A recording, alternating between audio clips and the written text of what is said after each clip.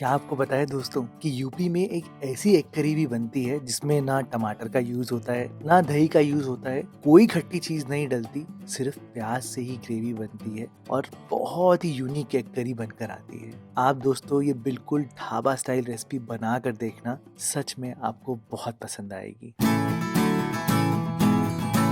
दोस्तों मैं हूं Bharat, welcome to my cooking blog. तो फिर देर किस बात की, चलो फिर शुरू करते हैं। अब दोस्तों ये एग करी बनाने के लिए सबसे पहले आपको एक चटनी बनानी होगी। तो इस चटनी में आपको काफी सारा लहसुन चाहिए, लगभग 25 कलियों के आसपास, 50 ग्राम्स होगा ये। इसके साथ साथ 2 इंच तक अदरक आप लेना। मैंने सारी चीजें रफली चॉप करके डाली है यहाँ पर, मिक्सी में पीसने में आसानी हो।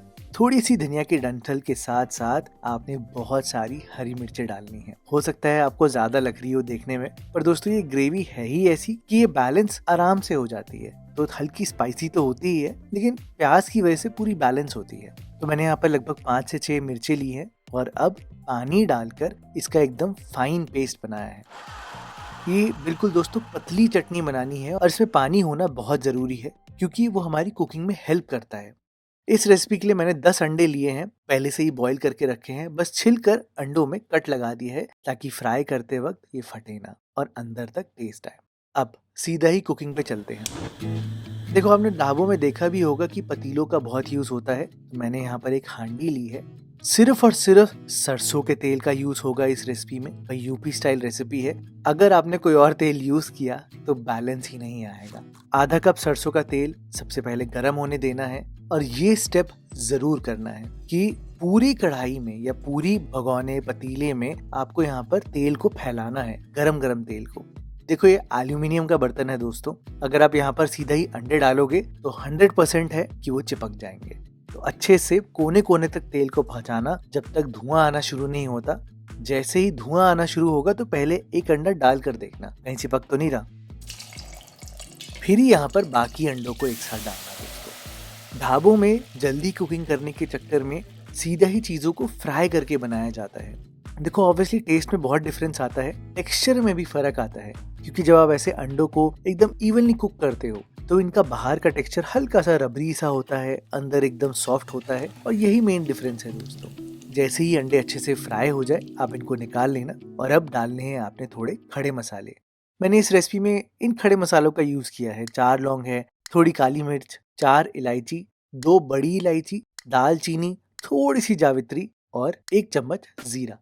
ये आप यहाँ पर गरम गरम तेल में ही डालना। इसी के साथ साथ आपको 2 तेज पत्ते चाहिए होगा और लगभग 4 से 5 सूखी लाल मिर्चें। आपको लग रहा है कि ये बहुत स्पाइसी होगा दोस्तों, एक्चुअल में ये स्पाइसी तो है लेकिन बहुत टेस्टी लगता है। आधा किलो प्याज मैंने यहाँ पर रफली चॉप करके डाले हैं, और जब आप ऐसे प्याज डालोगे ना तो ऑटोमेटिकली एक मिठास सी आ जाएगी, जिससे हर चीज बैलेंस आउट हो जाएगी। अब आपने असली चीज शुरू करनी है इस रेसिपी की, जो कि है प्याज की भुनाई। यहाँ पर पूरी ग्रेवी प्याज से ही बनेगी, तो ध्यान रखना दोस्तों इस बात का कि प्याज डालने के बाद पहले आपने हाई फ्लेम पर पकाना है। हाई फ्लेम पर आप यहाँ पर ढक्कन लगा देना और प्याज को एग्जैक्टली घड़ी से देखकर 5 मिनट पकने देना। घबराना मत दोस्तों, ये जो पहले 5 मिनट है ना यहाँ पर, इसको हाई फ्लेम पर ही पकाना ढक्कन लगा के। ढक्कन लगाने से अंदर स्टीम बनेगी और आपके प्याज एकदम इवनली गर्म हो जाएंगे, जलेंगे नहीं पहले 5 मिनट में। और जब 5 मिनट बाद आप ढक्कन खोलोगे, इसमें अपने आप ही हल्का हल्का कलर आना शुरू हो जाएगा। इस स्टेज पर दोस्तों सबसे पहले आप गैस को मीडियम फ्लेम पे कर देना। अब हाई फ्लेम पर कोई कुकिंग मत करना, प्याज इवनली गर्म हो चुके हैं। तो अब यहाँ पर सबसे पहले आपने नमक डालना है। नमक डालने से प्याज अपना जितना बचा हुआ पानी है वो छोड़ेंगे, जिससे भुनाई पूरी कंप्लीट होगी और प्याज के ऊपर रंग चढ़ना शुरू होगा। बाय चांस अगर आपको लगता है कि आपके प्याज हल्के से चिपक रहे हैं या जल रहे हैं, तो बीच बीच में आप थोड़ा सा पानी डाल सकते हो, जिससे कि जलेगा कुछ भी नहीं, बैलेंस आउट हो जाएगा। अब नमक डाल के आप यहाँ पर ढक्कन लगाना, 5 मिनट घड़ी से देखकर पकाना।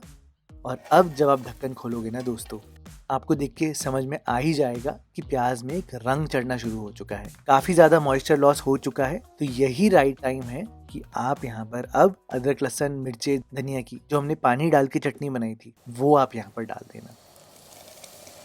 अब क्या होगा कि हमने जो एक्स्ट्रा पानी डाला है उससे प्याज अब गलना शुरू हो जाएगा, और जितनी देर में यहाँ पर जितना ये पानी उड़ेगा उतनी देर में हमारा प्याज, अदरक, लहसुन पूरा पक जाएगा। तो अगेन ढक्कन लगाना और 5 मिनट मीडियम लो फ्लेम पर आराम से पकने देना। हाई फ्लेम पर अब मत पकाना दोस्तों, ध्यान रखना। अब जब आप 5 मिनट बाद खोलोगे तो आप खुद ही देखोगे कि ये मसाला हल्का हल्का नीचे चिपकने लग रहा है, हल्का सा सेट हो चुका है। प्याज भी गलने लग गए हैं, क्योंकि जब आप चलाओगे तो वो सॉफ्ट से होने लग जाएंगे। तो इस स्टेज पर दोस्तों आप यहाँ पर 1 चम्मच हल्दी पाउडर डालना, 1 चम्मच लाल मिर्च पाउडर स्पाइसी वाला और 1 चम्मच कश्मीरी लाल मिर्च पाउडर, ये यहाँ पर इस स्टेज पर डालना और भुनाई को चलने देना। बाय चांस अगर आपको लगता है मसाले डालकर ये ज़्यादा चिपक रहा है तो बिल्कुल आप यहाँ पर थोड़ा सा पानी डाल देना, ताकि मसाले जले बिल्कुल भी ना, हमारी कुकिंग एकदम इवनली होती रहे। हाँ, और पानी डालने के बाद मिलाना, ढक्कन लगाना और अगेन इसे पकने देना दोस्तों 5 मिनट तक।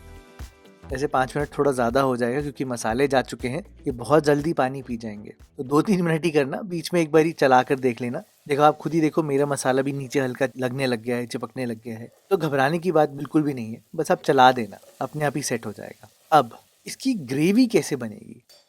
आप एक कड़छी लेना जो गोल वाली होती है। अब इसका जो बॉटम वाला पार्ट होता है ना, जब आप उसको घुमाओगे तो अपने आप ही प्याज पूरे पिस जाएंगे और ये ऑटोमेटिकली बढ़िया सी ग्रेवी बन जाएगी। तो अब फटाफट से तेज तेज चलाना थोड़ा सा, और आप फिर देखना ये बिल्कुल जैम जैसा सा हो जाएगा, है ना, एकदम बढ़िया।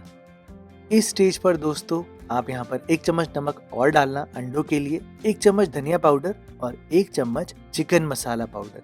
देखो आप कोई भी चिकन मसाला डाल सकते हो जो आपकी पसंद का हो, जो भी आपको पसंद आता है वो आप डाल सकते हो। बस यहाँ पर डालने के बाद चलाना जरूर, हमारी मिर्चें भी पिस जाएंगी और ये अपने आप ही ग्रेवी सी बन जाएगी। इसको अगेन आपको ढककर पकाना है 2-3 मिनट और फिर इससे लगभग सारा पानी गायब हो जाएगा और एक बढ़िया सा पेस्ट सा मिल जाएगा आपको। हल्का सा नीचे लग भी जाए तो दोस्तों घबराना मत, फटाफट से चलाते रहना, अपने आप ही पूरा सेट हो जाएगा। ये देखो क्या बढ़िया कलर आया है और क्या बढ़िया पेस्ट बना है ना। अब आप यहाँ पर पानी डाल देना, पानी डालकर अच्छे से मिलाकर सीधा ही यहाँ पर अंडों को डाल देना। और अब कुछ भी नहीं करना दोस्तों, सिर्फ ढक्कन लगाना है और एकदम लो फ्लेम पर 5 मिनट तक अंडों को पकाना है। 5 मिनट बाद अब गैस को बंद कर देना और इसको थोड़ा सा ठंडा होने देना, फिर ही ढक्कन खोलना। आप देखना तेल बिल्कुल ऊपर आ जाएगा और बिल्कुल ढाबे वाला लुक आएगा इसका। टमाटर नहीं है, दही नहीं है, खटास बिल्कुल नहीं है और एकदम मसालेदार स्पाइसी जो फ्लेवर आता है ना दोस्तों, बहुत ही मेमोरेबल है।